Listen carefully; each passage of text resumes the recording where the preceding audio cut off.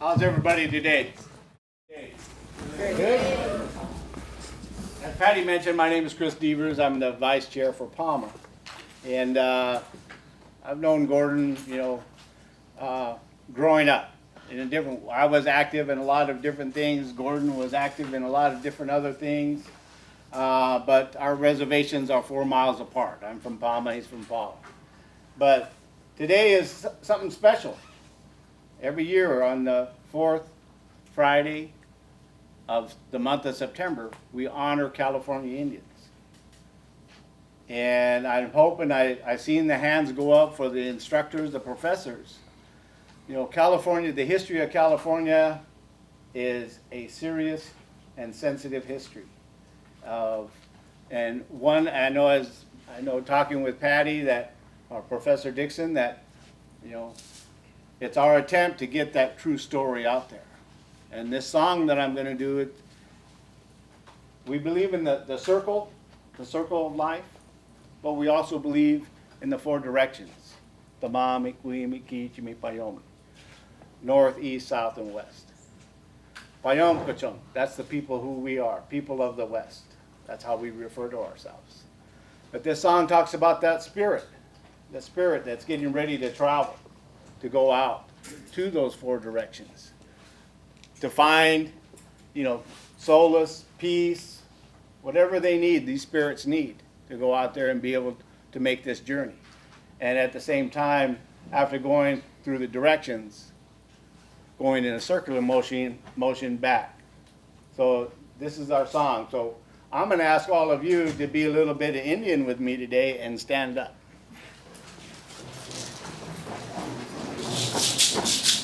Go ahead.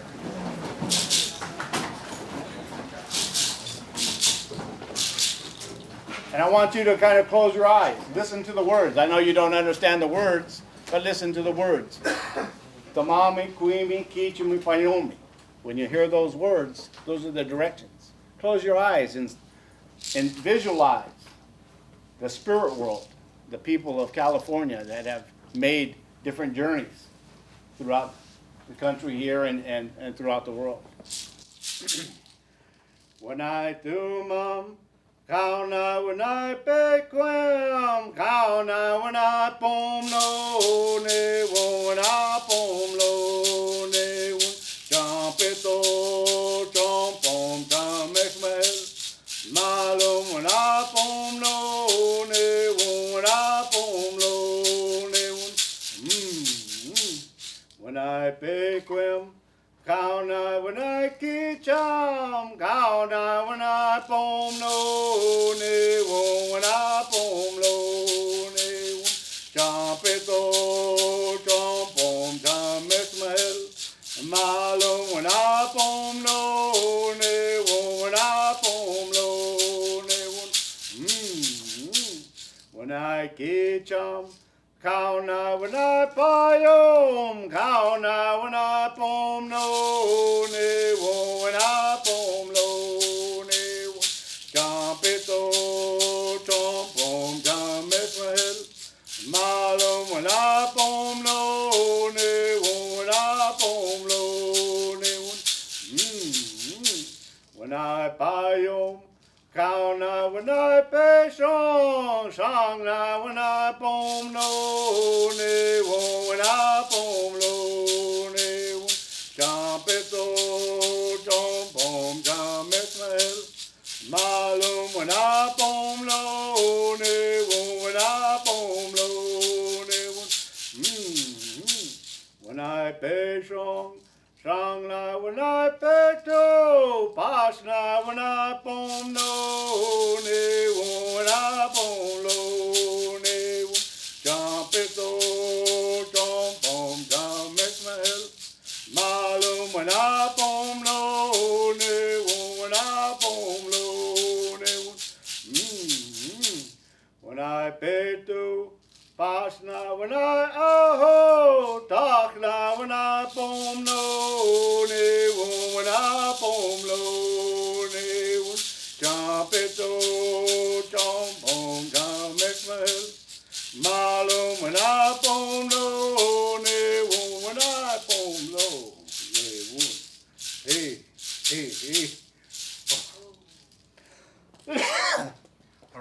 Thank you, thank you. Good job.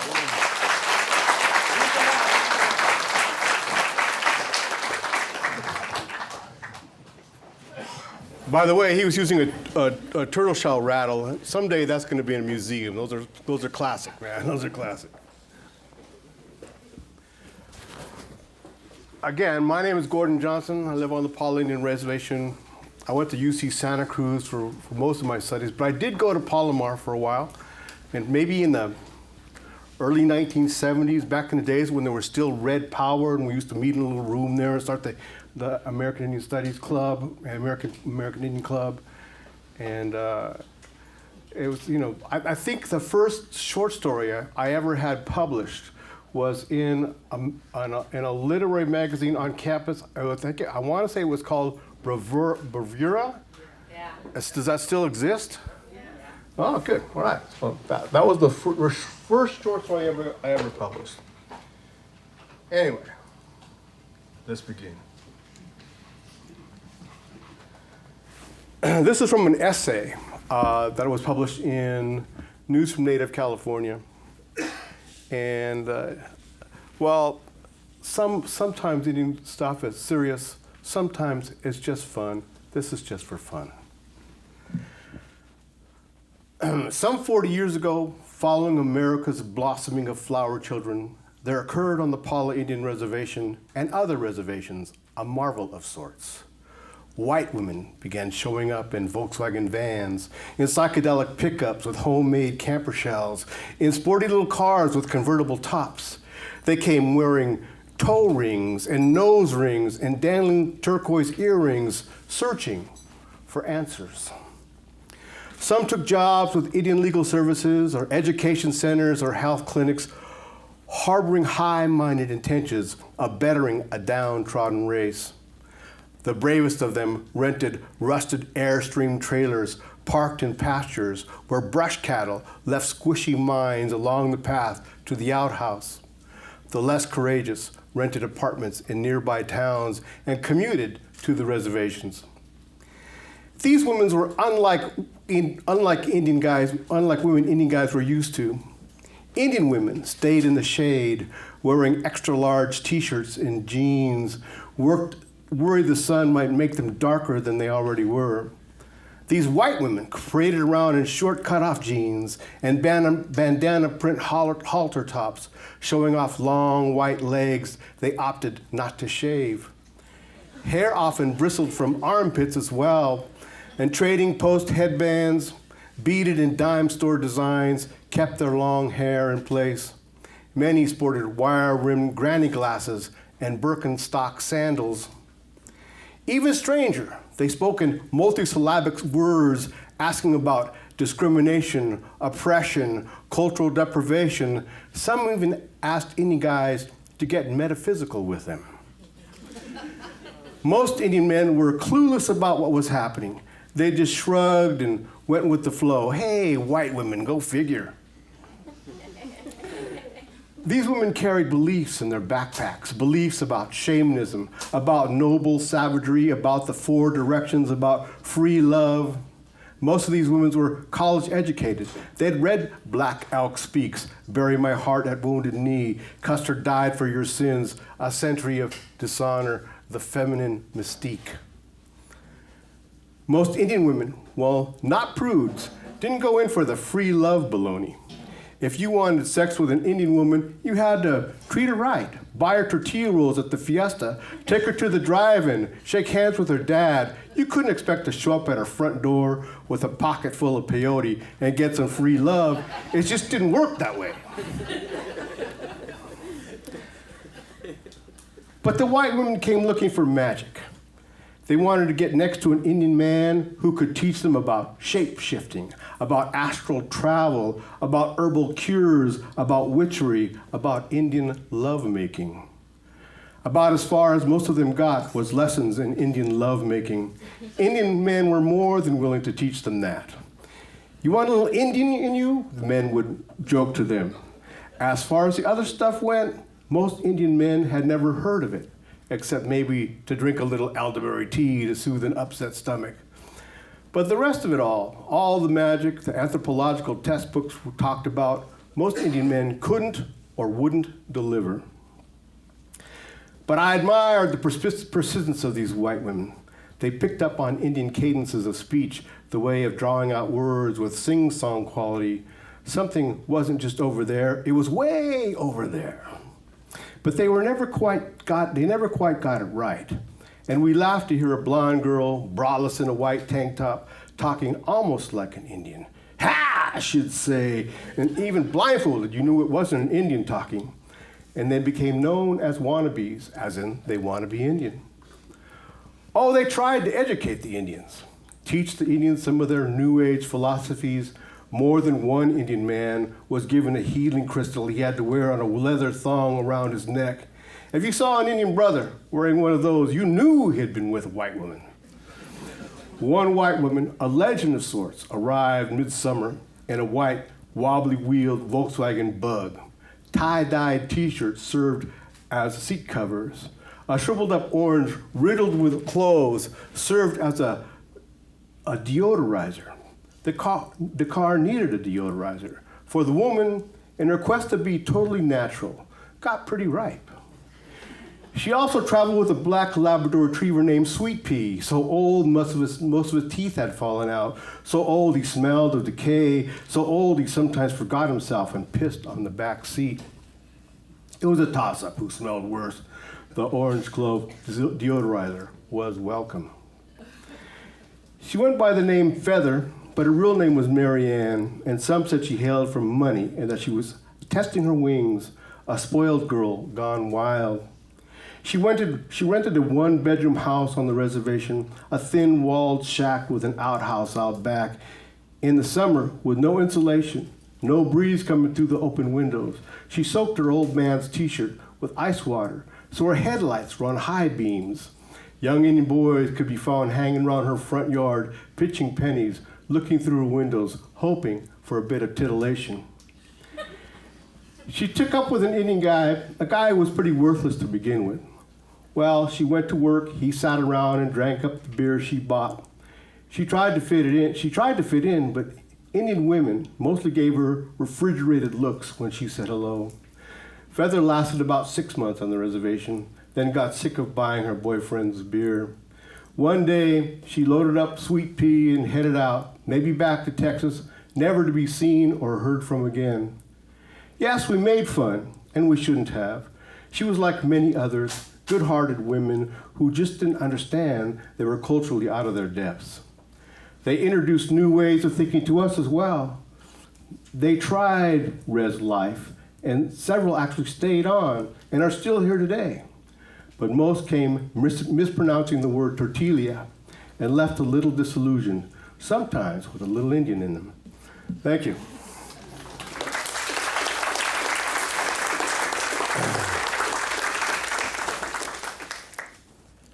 Bench served as a perfect place to talk and sing. Countless Levi's and khaki rubbings from the backsides of world watchers rounded the edges of the old man's bench. In its prime, the bench had a patina of time, darkened by weather and spilled wine. Kids with penknives carved nicknames into the wood. Old men, whiling away in the hours, scratched the wood with fingernails yellowed by hand-rolled Bull Durham and Prince Albert cigarettes. Really, the old man's bench, which everybody called it, was just a couple of boards nailed to span 2 eucalyptus trees. No scrolled ironwork, no fancy handwork, just scrap lumber nailed across trees. If you look real close, you can see bench shards embedded in the gnarled trees still. But the bench's time is gone, just as time has expired for most of the men who sat on it. Gone. But they had their lives. They had their flow of moments, their experiences that made the substance of their talk. The bench was at the crossroads of the Paula Mission Reservation, just down the road from Mission, across the street from the Paula store. It seemed the world's oldest bull session, a daily gathering for graybeards to sit and check pocket watches that measured how time moseyed. My grandfather, Paul McGee, had a pocket watch tied to a belt loop with a leather thong in the watch pocket of his Levi's.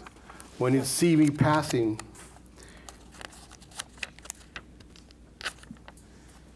he'd pull the watch out and check the time.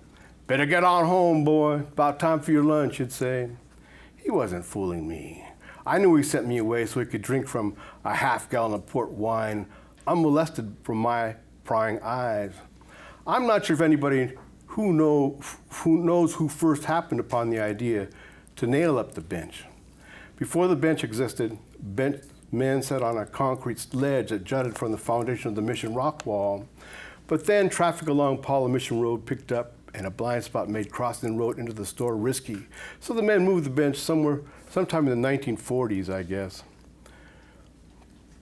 And they gather in the pungent eucalyptus shade to laugh, to talk, to sing, to recount whatever they deemed memorable.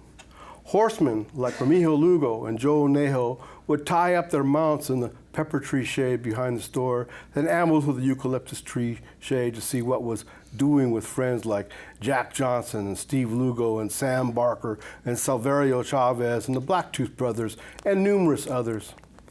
Many of the old-timers would stop in for a few minutes of gab, just long enough to pass on the latest. Who was caught sleeping with who? Why so-and-so had a black eye? Did somebody's dog get shot for chasing cattle? Curiosity sated, they go back to splitting wood or hoeing gardens or plucking chickens or whatever. Some would spend all day at the beach, especially if a jug of wine materialized. Wine enlivened the conversation, but also made things unpredictable.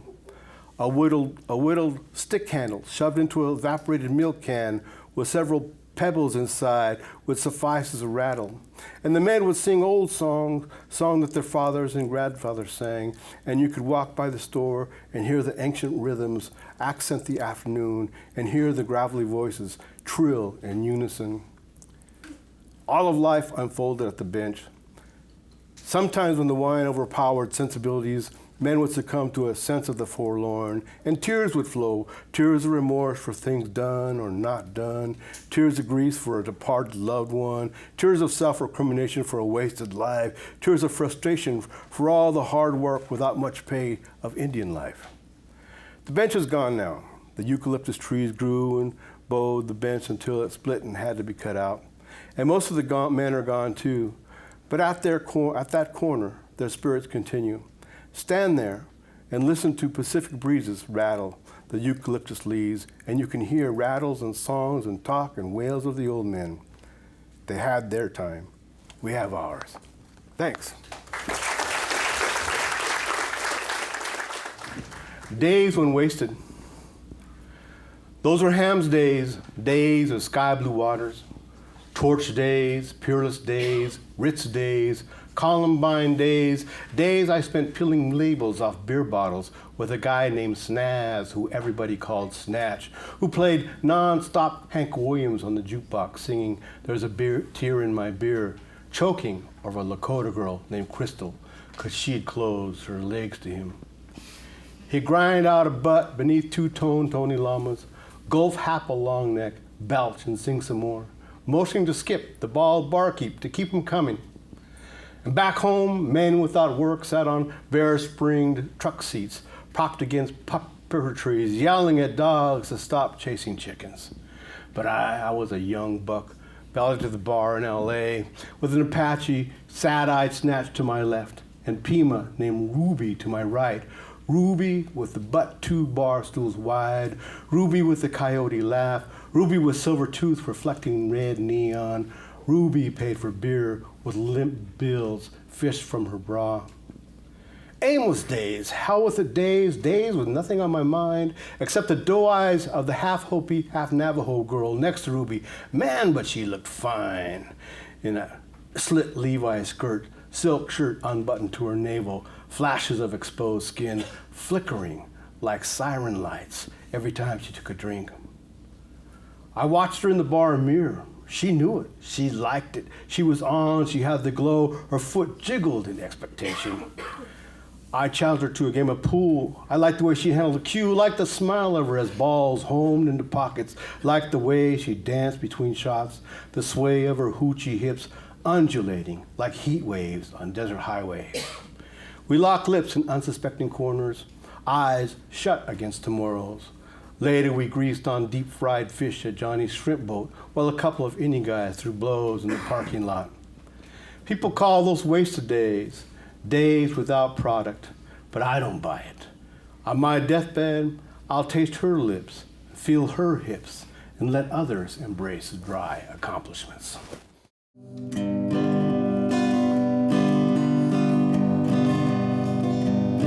There's a tear in my beer, 'cause I'm crying for you, dear.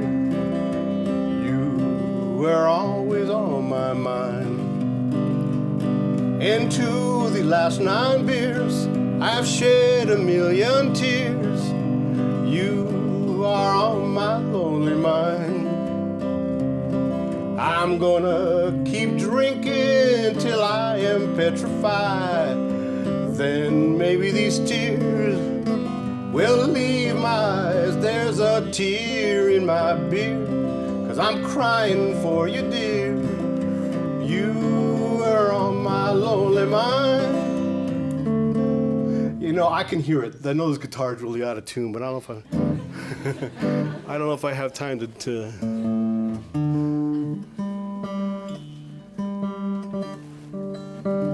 Okay, we'll try that. Let's see if that works. I don't know. I'm not that good at that part.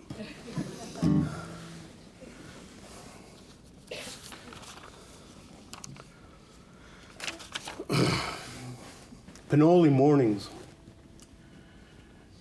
nursing cores in the shadows, hat brim hiding creek pebble eyes. He relives the metodic round Pinole his Maddie served him, steaming with hot milk in his dead mother's blue bowl, the one that made Maddie cry when she chipped it in the kitchen sink. It's just a damn bowl of baby cakes, he said. A lump of butter, churned from their milk cow, melts in the porridge, yellow slick spreading on white. He tastes the word porridge, recalling bedtime books read to their children on frosty winter nights, oak fires popping in the wood stove, and coyotes yowling at grandmother Moila from atop Buick-sized boulders perched above their old adobe home. Too high in the hills for electricity, they lived in kerosene glow, gentle lamplight caressing her cheeks, soft flame undulating in her Mother Earth eyes.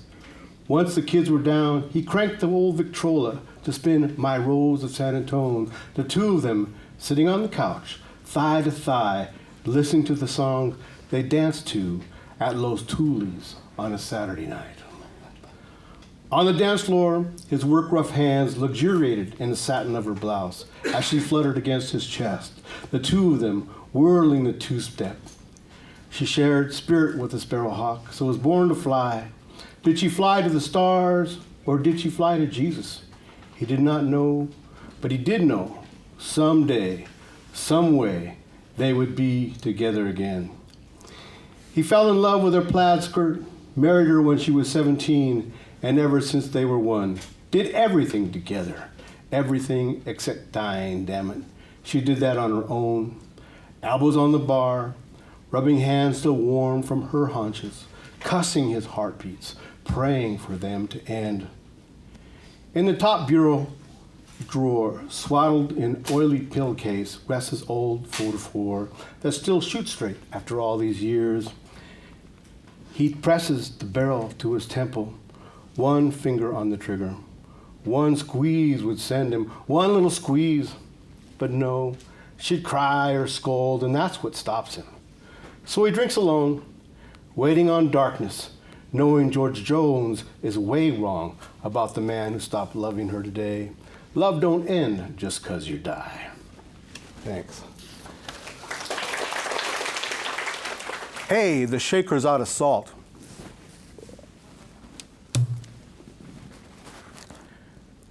Skin creamy, sheeny as pecan pie, hair teased into an aquanet flip, fawn eyes racy with Cleopatra flair, bountiful backside minimized and sanforized jeans, dancing to Freddie Fender on prim cat feet, feeling fine 5 beers into a Saturday night. Then he lolls in, basketball lean, cute bend to aquiline nose, thinking she might have found forever with the long-haired Montana Blackfoot and beaded Levi jacket. Who made the world go away in his boxer's reach, who talked to her like she meant something, sweet words dripping like grape Kool-Aid from his tongue.